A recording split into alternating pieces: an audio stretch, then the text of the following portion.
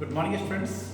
Again, class 12, subject English, lesson 4th, Lost Spring by Alice Jane. Lost spring पे हमने काफ़ी बात की थी, फिर इसका हमने सेकंड पार्ट भी स्टडी किया था। आज हम इसका थर्ड पार्ट पढ़ रहे हैं जो हम लोगों ने थर्ड किया है। वैसे अब यहाँ से सेकंड स्टोरी शुरू हो जाती है इस चैप्टर की। इस पेज नंबर 23 और 24 पे है। आई वांट टू से लेके जो 24 पे है बिकम एडल्ट तक हम लोग आज इसको स्टडी करेंगे। ये स्टोरी ऑफ मुकेश है। मुकेश अगेन एक बॉय है, ठीक है, वही स्ट्रीट बॉय मान लीजिए, लेकिन ये जो स्टोरी है इसके बारे में हम थोड़ा डिस्कस करते हैं। ये स्टोरी है फिरोजाबाद की। फिरोजाबाद बड़ा फेमस सिटी है, आपने सुना होगा इसका नाम। और ये फेमस है अपनी ग्लास फर्नेस यानी कांच को पिघलाने वाली भट्टियाँ। अब कांच को पिघलाया जाता है तो कांच से कॉमन चीज़ें बनती हैं, उसमें होती है चूड़ियाँ, ठीक है। और आपको पता है इंडियन कल्चर में और अपने देश में विशेष रूप से कितना महत्व होता है चूड़ियों का एक महिला के लिए। ये सुहाग का प्रतीक है। तो यही बताया गया है कि किस तरह से फिरोजाबाद में हर सेकंड फैमिली या हर एक बच्चा यूँ कह लें, लगभग बच्चा बड़ा जो भी है वो पर्सन इसी बेंगल इंडस्ट्री से जुड़ा हुआ है, ग्लास बेंगल इंडस्ट्री से। अब यहाँ पे ये भी बताया गया है कि किस तरह की उनकी कंडीशन है, कितने हैजार्डियस कंडीशन में वो लोग काम करते हैं। हैजार्डियस बड़ी खतरनाक, कितनी जो है रिस्क वो लेते हैं, किस तरह से गर्म जो है कांच पिघलाया जाता है, उसको गोल किया जाता है, उसको वेल्ड किया जाता है, किस तरह से उसके डिजाइन वगैरह की जाती है। तो यहाँ पे इस सेकंड पैराग्राफ जो बड़ा वाला पैराग्राफ है पेज नंबर 23 पर, ठीक है, इसके अंदर यहाँ पे ये बताया गया कि किस तरह से उनके घरों की दशा है, कितने हार्ड वर्किंग करने के बावजूद भी वो लोग बड़ी ही पॉवर्टी में रहते हैं, यानी बड़ी मुश्किल से अपनी रोजी रोटी कमा पाते हैं, ठीक है। तो यहाँ यही बताया गया है कि किस तरह से एक लीनियज चली है, ठीक है। फिर भी वो लोग ये बात कहते हैं कि कर्म, उनके कर्म बहुत कर्म इज डेस्टिनी, हमारे यहाँ लाइन यूज़ की है। वो अपने कर्मों का फल ही मानते हैं, उनका अपने भाग्य में ऐसा है, वो इसे स्वीकार कर लेते हैं। साथ ही ये भी बताया गया है कि किस तरह से वहाँ पर हर गली में, हर मोहल्ले में, हर कोर्टयार्ड, हर दूसरे घर के अंदर किस तरह से चूड़ियों के ढेर हैं, किस तरह से एक जगह से दूसरी जगह चूड़ियाँ जाती हैं, किस तरह से वहाँ पे boys girls, old person, young person, father mother जो भी हैं वो सभी किस तरह से यूज़ किया है। सबसे पैथेटिक यानी करुणा में दयनीय बात ये है कि ये लोग जो है खासकर जो बच्चे वहाँ इन्वॉल्व होते हैं इस इंडस्ट्री में, वो जब तक एडल्ट यानी जब तक वो यंग होते हैं तब तक वो अपनी आँखें उनकी वीक हो जाती हैं, क्योंकि उसकी जो ग्लास डस्ट यानी कांच की जो धूल है ना बिल्कुल बारीक बारीक, वो उनकी आंखों में चली जाती है और धीरे धीरे वो अंधे हो जाते हैं। यानी जब तक वो ओल्ड एज तक पहुंचते हैं तब तक वो लोग अपनी आई साइट खो देते हैं। तो देखिए कितना मुश्किल होता होगा, कितनी किस कंडीशन में वो काम करते हैं, इसी के ऊपर यहाँ भी क्वेश्चंस बनते हैं। खासकर क्वेश्चन यही बनता है कि कैसी कंडीशन थी मुकेश और उसकी फैमिली की। फिर वही बात है कि किस तरह से वहाँ पर जो ग्लास बेंगल इंडस्ट्री में लोग काम करते हैं वो अंधे क्यों हो जाते हैं। तो हम लोग ज़्यादातर इसी के ऊपर यहीं पे अभी फोकस करेंगे, यही ने हम लोग स्टडी करेंगे। तो अब हम लोग इसका PDF स्टडी करेंगे। अब आप PDF पे कंसंट्रेट कीजिए। Thank you. अगेन PDF पे ध्यान दीजिए। हम लोग यहाँ से इस चैप्टर के लिए जिसे हमने थर्ड पार्ट में डिवाइड किया है, इसके अंदर हम लोग इस चैप्टर को पढ़ेंगे। पार्ट थर्ड हम शुरू करें। मुकेश की स्टोरी है, ये है। I want to drive a car, मैं कार चलाना चाहता हूँ। Mukesh insist on being his own master, Mukesh खुद का मालिक खुद बनना चाहता है। देखिए साहिब में इन दोनों में कंपेयर करें तो साहिब ने गुलामी स्वीकार कर ली, वो किसी और के ऊपर डिपेंड हो गया, और मुकेश जो था वो अपना खुद का मालिक खुद बनना चाहता था। इसलिए कह रहे हैं कि मैं गाड़ी चलाना चाहता हूँ, I will be A motor mechanic, और फिर कह रहे हैं मोटर मैकेनिक बनना चाहता हूँ। देखिए यहाँ थोड़ा सा कन्फ्यूजन है, आप कन्फ्यूज मत होइए। ड्राइवर और मोटर मैकेनिक शायद मुकेश के लिए एक ही होंगे, लेकिन अपने लिए तो अलग अलग होता है। ड्राइवर तो वो होता है जो ड्राइव करता है, गाड़ी चलाता है, वाहन चालक, और मैकेनिक होता है जो ठीक करता है। लेकिन यहाँ मुकेश जो है कुल मिला के इन दोनों को एक ही मान रहा है। ही अनाउंसेज, और साथ में उसने ये बात की, do you know anything about car, I asked, मैंने पूछा अच्छा तुम कार के बारे में कुछ जानते हो क्या, गाड़ियों के बारे में। I will learn to drive a car, देखिए कितना इंटरेस्टेड है बच्चा, कितना एंथुसियास्टिक है, कितना उत्साह है उसमें कि नहीं नहीं जानता तो नहीं हो लेकिन मैं सीख लूँगा। ही आंसर्ड, उसने जवाब दिया, looking straight into my eyes, और उसने कॉन्फिडेंस से मेरी आंखों में आंखें डाल के कहा, he his dreams looms like a mirage amidst the dust of street that fill his town Firozabad. हालांकि ये एक तरह के मृग मरीचिका, मिरेज मतलब झूठी आशा की तरह था, और बिल्कुल उसी धूल की तरह था जो उसके शहर फिरोजाबाद में उड़ती रहती है। फेमस फॉर इट्स बेंगल, और फिरोजाबाद जैसा हमने पहले भी बात की थी बड़ा फेमस है अपनी चूड़ी, कांच की चूड़ियों की इंडस्ट्री के लिए। Even every other family in Firozabad is engage in making bangles, हर दूसरा परिवार फिरोजाबाद में चूड़ियाँ बनाने में व्यस्त है। It is the centre of India's glass blowing industry, और ये केंद्र है एक तरह से कांच की जो इंडस्ट्री है उसका। Where families have spend generation working around furnace welding glass making bangles for all the women in land it seems. और यहाँ पर बड़ी बड़ी भट्टियाँ हैं जिसमें कांच को जो है वेल्ड किया जाता है, जोड़ा जाता है, और साथ ही चूड़ियाँ बनाई जाती है। और ऐसा लगता है कि देश में जितनी भी महिलाएं हैं ना, सबकी चूड़ियाँ यहाँ फिरोजाबाद से ही जाती हैं। Mukesh family is among them, और मुकेश का परिवार भी उनमें से एक था। None of them know that it is illegal for children like him to work in the glass furnace with high temperature in dingy cells without air and light. उनमें से किसी को यह भी नहीं पता था कि बाल श्रम, और खासकर इतने खतरनाक उद्योग में जहाँ गर्म कांच होता है, हवा नहीं होती, रोशनी नहीं होती, इतनी गर्मी होती है, वहाँ बिल्कुल भी कार्य नहीं किया जा सकता, और बच्चों के लिए कार्य करना नियम के विरुद्ध है, गैर कानूनी है। It, if enforced, could get him and all these 20,000 children out of hot furnace। अगर इस नियम को सख्ती से लगाएं तो लगभग 20,000 बच्चे वहाँ से मुक्त किए जा सकते हैं। अब 20,000 बच्चे देखिए काम कर रहे हैं, तो बड़े लोग कितने होंगे। देखिए यहाँ ये भी स्पष्ट करते हैं कि यहाँ कोई शौकिया काम नहीं कर रहे हैं, इनको अपने परिवार का सर्वाइवल के लिए इनको काम करना पड़ा, इनकी मजबूरी है जो ये काम कर रहे हैं। कोई मज़ा थोड़ी आ रहा है किसी को इतनी बुरी कंडीशन में काम करने में। Where they slog their daylight hours, तो दिन भर की जो रोशनी भरे दिन होते हैं वो अंधेरे में बिताते हैं। Often losing their brightness of their eyes, और यहाँ तक कि वो अंधे भी हो जाते हैं। Mukesh eyes beams as he volunteer to take me home, और जब मैंने उसको कहा कि चलो मैं तुम्हारे घर चलना चाहती हूँ तो बहुत खुश हो गया। अतिथि देवो भव वाली बात है, शायद वो सोच रहा है कि ये मेरे घर आ रही हैं, तो बहुत खुशी हुई उसे।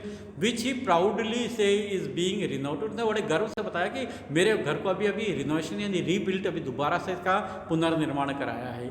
ही walk down stinky lanes choked with garbage, और साथ में वो छोटी छोटी गलियों में जबकि नालियों में कचरा भरा हुआ था और गंदा पानी बह रहा था, उन गलियों से होकर लेके गया। देखिए यहाँ ये कंडीशन जो है ना इनकी, इसके ऊपर भी क्वेश्चन बनाया जा सकता है, तो आप इसको ध्यान से पढ़ें। Past homes and remain hovels and crumbling walls, ऐसे घर जो कि टूटे फूटे थे, दीवारें गिर रही थी, दीवारों बड़े बड़े क्रैक्स आए हुए थे, वो भी डोर दरवाजे भी लटक रहे थे, नो विंडोज, कोई खिड़कियाँ नहीं थी। Crowded with families of human and animals को एग्जिस्टिंग इन ए प्रिमेबल स्टेट, और साथ ही वहाँ घर थे, घर में बड़े बड़े परिवार थे, खूब सारे लोग थे, और उनके साथ जानवर भी, जैसे पुराने टाइम के अंदर आदिवासी टाइम के साथ रहते थे ना, वैसे ही इंसान और जानवर देखिए साथ साथ रह रहे हैं। He stops at the door of one such house, और ऐसे ही कि घर के आगे वो रुक गया। बैंक से वो भी आयरन डोर विद दिस फूट, और उसने लात मारी एक लोहे के दरवाजे पे, एंड पुशेड इट ओपन, और धक्का देके उसे खोला। We enter a half built shack, और आधे बने हुए से घर के अंदर हम लोग, जब बरामदा आधा बना हुआ था वहाँ तक पहुँचे। One part of it hedged with dead grass, और आधे के अंदर छपरा डाल रहा था, घास फूस का डाल लेते ना। Is a firewood stove over which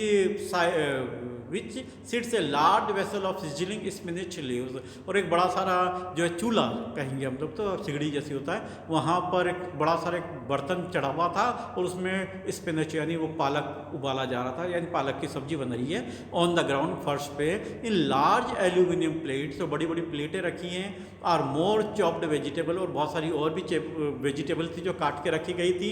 A frail young women is cooking the evening meal for the family, वहाँ दुबली पतली से एक जवान लड़की थी जो कि पूरे परिवार के लिए खाना बना रही थी। कौन थी अभी पढ़ते हैं।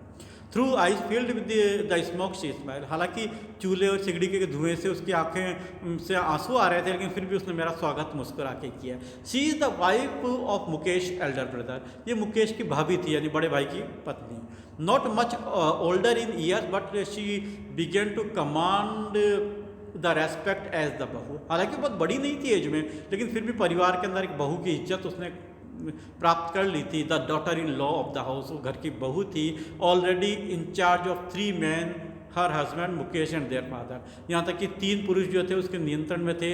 एक तो उसका पति था, एक मुकेश खुद था, देवर कह लेते हैं हम इसे, और साथ में उनके ससुर। इन तीनों की देखभाल इसकी मुकेश की भाभी ही करती थी। When the older man enter, तो जब बूढ़ा व्यक्ति यानी ससुर आए, she gently withdraws behind the broken wall and brings her veil close to her face. जैसा अपने यहाँ होता है, अपने राजस्थान में भी होता है, जब कोई बड़ा पुरुष घर में आता है तो घर के अंदर जो बहुएं होती हैं वो अपने चेहरे को थोड़ा सा आड़ में हो जाती हैं और साथ ही अपने चेहरे को जो है घूंघट से ढक लेती है। तो वैसे ही उसने इन रेस्पेक्ट घूंघट से ढक लिया और खुद भी पीछे हट गई।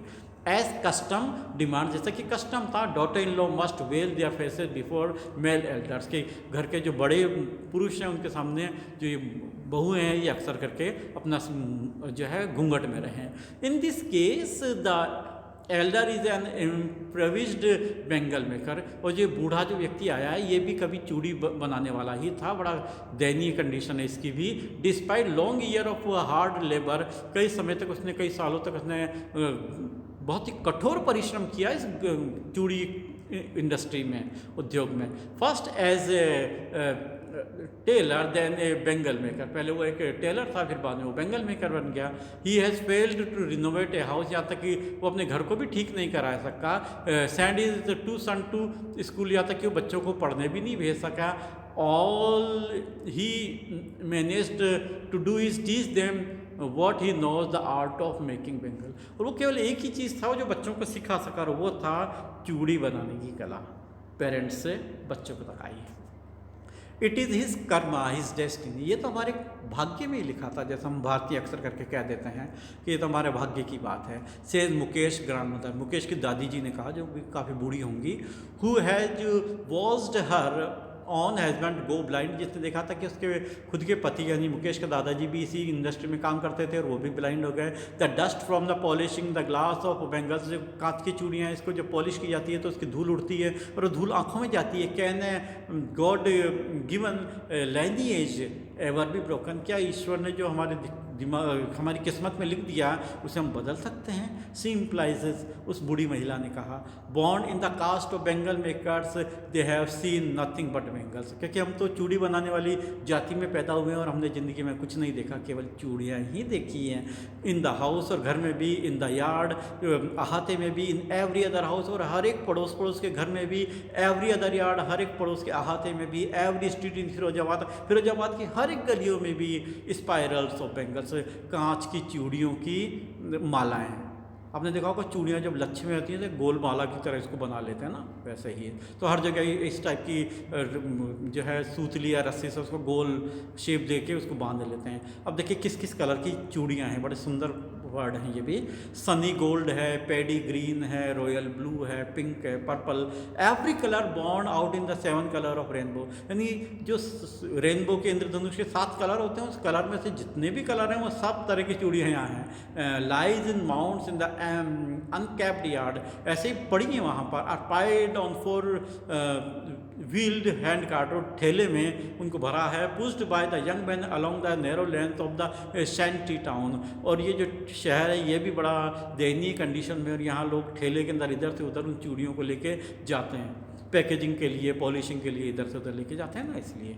एंड इन डार्क हटमेंट्स, और कई अंधेरी जो है जो झोंपड़ियाँ हैं next to line of the flame of the flickers oil lamp, और वहीं पास में जो है छोटी छोटी ऑयल लैम्प है, लालटेन जिसे कहते हैं हम लोग।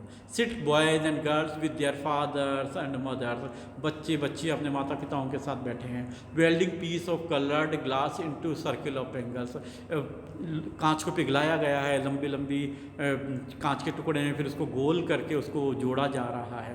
There eyes are more adjust to dark than to the light outside, और उनकी अंधेरे में काम करने से उनकी आंखें अंधेरे की ज़्यादा आदी हो गई है बनस्पत बाहर रोशनी के। आपने भी देखा होगा, हम अंधेरे में होते हैं, फिर बाहर की तरफ आए रोशनी में तो हमारी आंखें चुंधिया जाती हैं, वैसे ही कुछ बात है। This is why they often end up losing their eyesight before they become adult. यहाँ ये बहुत इंपॉर्टेंट बात है, और यही कारण है कि वो अपनी जवानी तक पहुँचते पहुँचते, अपनी मिडिल एज तक पहुँचते पहुँचते ही वो अपनी आँखों की रोशनी को खो देते हैं, वो अंधे बन जाते हैं। इस पे क्वेश्चन अक्सर करके बोर्ड में आया है कि वो अपनी आई साइट को क्यों खो देते हैं, इसका रीज़न है।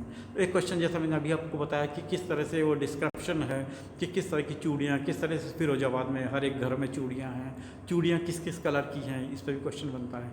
फिर हमने देखा कि वहाँ सिर्फ फिरोजाबाद की गलियों का क्या हाल था, उसके बारे में।